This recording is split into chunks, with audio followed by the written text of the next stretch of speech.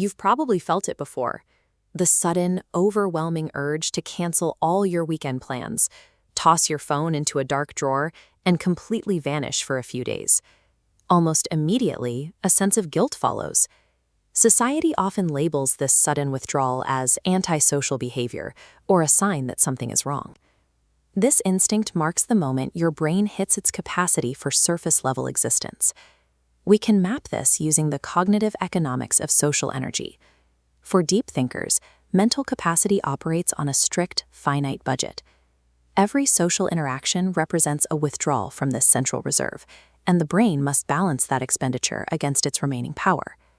Deep thinkers process their environment with a high degree of cognitive complexity, analyzing subtext and patterns that others might miss.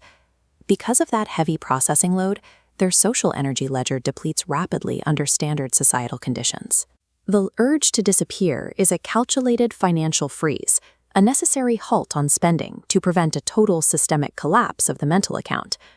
To understand the speed of this depletion, we have to look at the daily demands of a surface-level existence. This includes small talk, navigating polite office obligations, and managing rapid-fire digital notifications. These interactions act as a constant, inefficient drag on cognitive output. They demand immediate, continuous attention while offering very little intellectual data for the brain to actually work with. This chart compares these daily demands against remaining capacity. Notice how the high-frequency spikes of surface-level social demands correlate directly with the plummeting baseline of energy reserves.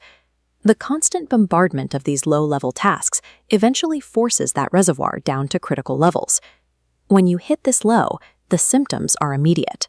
You experience sudden exhaustion, irritability toward minor inconveniences, and a thick brain fog that makes even basic communication feel physically taxing. Before the system fails, your brain initiates a protective shutdown. It instinctively severs external inputs to stop the loss of energy. Small talk consumes the very energy required for higher-order thinking, making isolation a biological necessity to stop the drain. This brings us to the physical reality of the shutdown, retreating to your space, powering down, and sealing your environment tight against the outside world. This creates a state of selective organization. By ignoring what doesn't immediately matter, you can finally allocate your remaining focus to internal needs. The moment you cut off external surface-level inputs, the drain on your cognitive ledger stops, and the system stabilizes. With the external drain plugged, your brain begins an internal reallocation.